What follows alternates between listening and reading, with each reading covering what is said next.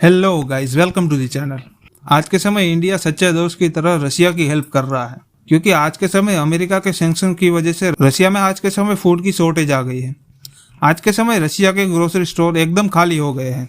ऐसा नहीं है कि रशिया के लोगों के पास कुछ खाने को ही नहीं है, उनके पास गेहूं बहुत मात्रा में है। इनके ग्रोसरी स्टोर में जो पहले यूरोप से खाने पीने की चीजें आती थी, जैसे कि बिस्किट, मिल्क, चीज, ये सभी आना बंद हो गए हैं। इसीलिए रशिया के ग्रोसरी मार्केट में ये देखा जा रहा है कि उनके ग्रोसरी मार्केट स्टोर खाली हो रहे हैं। इसीलिए रशिया इंडिया से हेल्प मांगी है कि आप हमें फूड और ग्रोसरी प्रोडक्ट की सप्लाई कीजिए, और इंडिया ने यहाँ पर ढेर सारा फूड और ग्रोसरी आइटम रशिया को एक्सपोर्ट करना स्टार्ट कर दिया है। और इस न्यूज़ को सिर्फ इंडिया ही नहीं बल्कि इंटरनेशनल मीडिया ने भी कवर किया है कि आज के समय रशिया में फूड की शॉर्टेज आ रही है। रशिया में लोगों के पास बहुत ही कम ऑप्शंस बची है। रशिया में तो कई ग्रोसरी स्टोर वालों ने तो फूड पैकेट को बांध कर रखा है ताकि कोई चोरी ना कर ले। और एक और न्यूज ये भी आई है कि रशिया में फूड प्रोडक्ट पर भारी उछाल देखने को मिला है। 210% का उछाल देखने को आया है। रशिया में आज के समय फूड प्रोडक्ट काफी महंगे हो गए हैं। अब सवाल ये आता है कि इंडिया और रशिया की सरकार ने पहले ही इसका कुछ सॉल्यूशन नहीं निकालना चाहिए था कि हम ट्रेड करेंगे तो एक दूसरे को पेमेंट कैसे करेंगे। अब जो भी सामान हम रशिया को एक्सपोर्ट करेंगे वो रशिया की सरकार नहीं परचेज करेंगी। रशिया में जो प्राइवेट कंपनियां या फिर प्राइवेट स्टोर होंगे वो ही इंडिया से फूड खरीदेंगे। तो प्रॉब्लम यही थी कि अगर हम लोग ट्रेड करेंगे तो पेमेंट कैसे करेंगे। तो दोनों देशों की सरकारों ने यह तय किया है कि लोकल लेवल पर जो भी स्टेट बैंक होंगी उनको यूज करके रशिया के साथ इम्पोर्ट एक्सपोर्ट कर सकते हैं। और अभी तो सिर्फ हमने फूड प्रोडक्ट की बात की है, पर आने वाले समय में रशिया को मेडिसिन और मेडिकल इक्विपमेंट भी इंडिया से चाहिए होगा। और कुछ हद तक इंडिया रशिया को मेडिकल सप्लाई भी कर रहा है। यूरोप और अमेरिका ने मार्केट में बहुत बड़ा एरिया खाली कर दिया है, और उसको भरने के लिए इंडिया को रशिया में अपना एक्सपोर्ट बढ़ाना होगा। ऐसा नहीं है कि रशिया आज के समय खाना ना होने की वजह से वहां पर लोग मर रहे हैं, पर आज के समय रशियन गवर्नमेंट ये चाहती है कि रशिया के लोगों का मोरल डाउन ना हो जाए।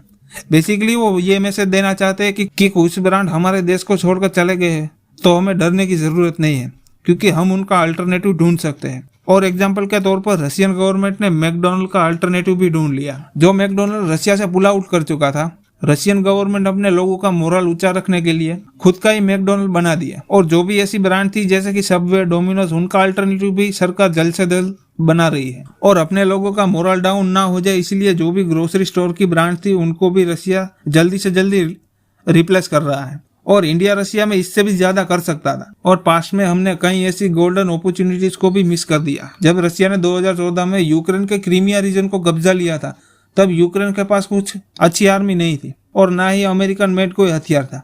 इसी वजह से यह सब कुछ आराम से हो गया था। पर अमेरिका ने रशिया पर सैंक्शन तो लगा ही दिए और रशिया को G8 से भी निकाल दिया, जो आज के समय G7 है। तब रशिया ने यह सोचा था कि फूड और एग्रीकल्चर प्रोडक्ट के लिए हम इंडिया और चाइना से मदद मांग लेंगे, और तभी चाइना ने इस अवसर को दोनों हाथों से लूटा। पर यहाँ पर इंडिया कुछ खास नहीं कर पाया था।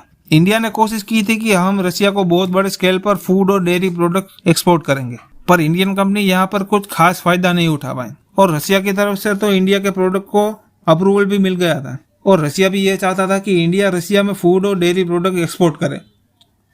पर हमने कभी भी इतना एफर्ट ही नहीं लगाया, और इंडियन कंपनी ने कभी भी रशियन मार्केट को एक्सप्लोर ही नहीं किया। इसी वजह से ये देखा गया है कि आज के समय इंडिया और रशिया का ट्रेड 15 से 20 बिलियन डॉलर के बीच में ही झूलता रहता है, और दूसरी तरफ रशिया और चाइना का ट्रेड लगभग 150 बिलियन डॉलर होने को आया है। और 2024 तक रशिया और चाइना इस ट्रेड को 250 बिलियन डॉलर तक पहुंचाने वाले हैं। आज के समय जो भी कंपनियां रशिया से बाहर चली गई है उनको चाइना रिप्लेस कर रहा है। आज के समय एप्पल जैसी कंपनियां जहां रशिया से बाहर निकल रही है, वहीं चाइनीज स्मार्टफोन मैन्युफैक्चरर रशिया के मार्केट में जाना स्टार्ट कर चुके हैं। आज के समय शाओमी, रेडमी जैसी कंपनियां रशिया में अपने लेटेस्ट फोन इंट्रोड्यूस कर रही है। और इसके अलावा चाइना रशिया को इलेक्ट्रॉनिक आइटम जैसे कि टीवी, फ्रिज जैसे कई आइटम एक्सपोर्ट करता है। दूसरी तरफ इंडियन कंपनियां रशिया में अपनी पकड़ नहीं बना पा रही है, जैसे कि चाइनीज कंपनियां रशियन मार्केट को कैप्चर कर रही है। एक और ऐसा सेक्टर है जहां पर इंडिया अपनी पकड़ बना सकता है और रशिया की खपत भी पूरी कर सकता है, और वो ऑटोमोबाइल सेक्टर है जहां पर इंडिया अपनी पकड़ बना सकता है। टाटा और महिंद्रा जैसी कंपनियां कई दूसरी ब्रांड को रशिया में रिप्लेस कर सकती है। और इमरजेंसी के तौर पर हमने रशिया को फूड शॉर्टेज से बचाने के लिए फूड और डेयरी प्रोडक्ट एक्सपोर्ट कर दिए हैं। पर रशिया की मार्केट जो खाली है वो अपॉर्चुनिटी इंडिया को मिस नहीं करनी चाहिए, और ऐसी गोल्डन अपॉर्चुनिटीज हमें बार बार नहीं मिलेंगी। इंडिया को यह अवसर उठा लेना चाहिए। See you in the next video. अगर आपको वीडियो इन्फॉर्मेटिव लगा हो तो चैनल को जरूर सब्सक्राइब करें। Thank you.